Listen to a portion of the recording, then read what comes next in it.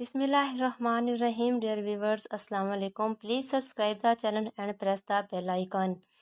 دور قدیم کی بات ہے. فتح محمد نام کا ایک گورکن مکلی کے قبرستان میں رہتا تھا. تب سما حکمرانوں کی سندھ میں سلطنت قائم تھی. آس پڑوس کے حکمرانوں کے دل سما حکمرانوں کے جلال سے کانپتے تھے.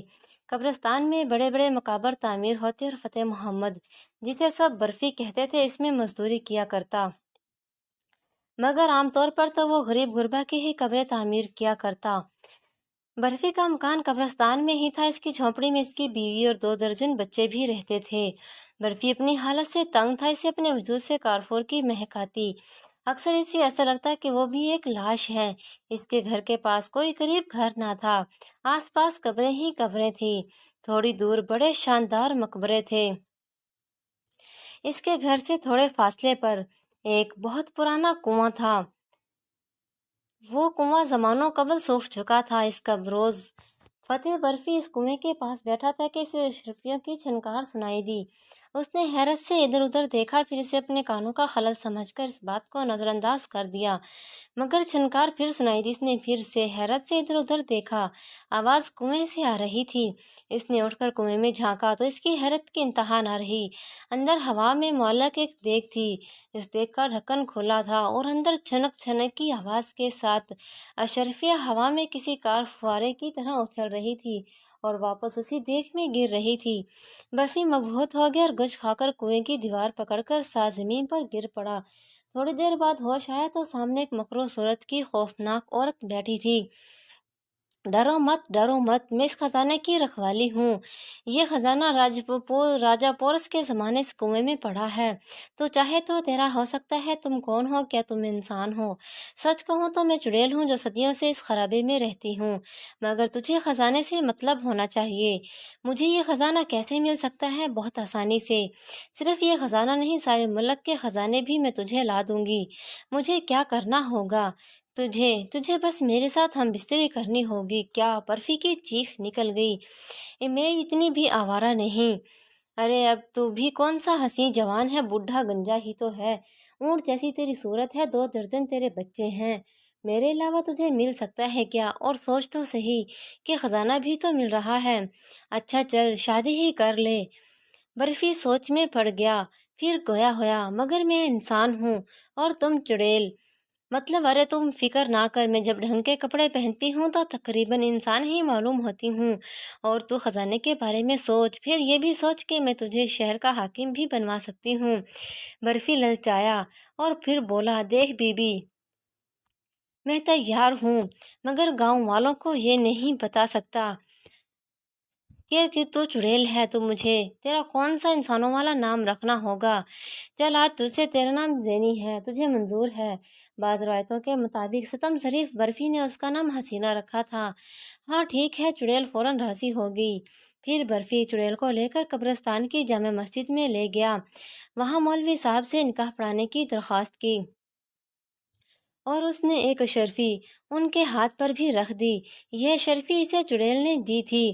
مولوی صاحب نے مدرسے سے لڑکے بلوائے، 2 کو گواہ بنایا اور برفی کا نکاح پڑھا دیا. برفی اپنی نئی بیوی کو لے کر اپنے گھر آ گیا. اس کی پرانی بیوی نے جب ماجرا جانا تو ماتم کرنے لگی، مگر اب کیا کرتی بیچاری، اس نے صبر کر لیا. کچھ دن بعد زینی نے برفی کو اشرفی بھری دیگ لا کر دے دی. برفی راتوں رات امیر ہو گیا.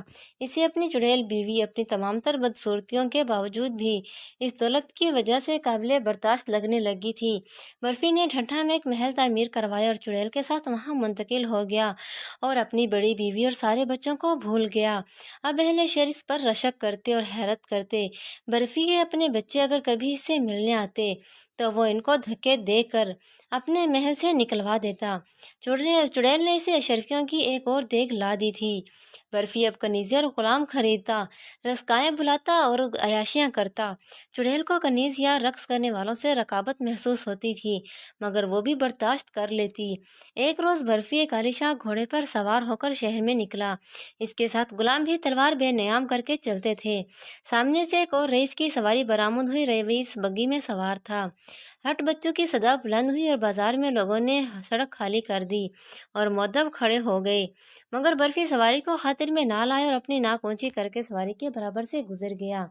یہ سواری سما شاہی خاندان کے ایک فرد کی تھی۔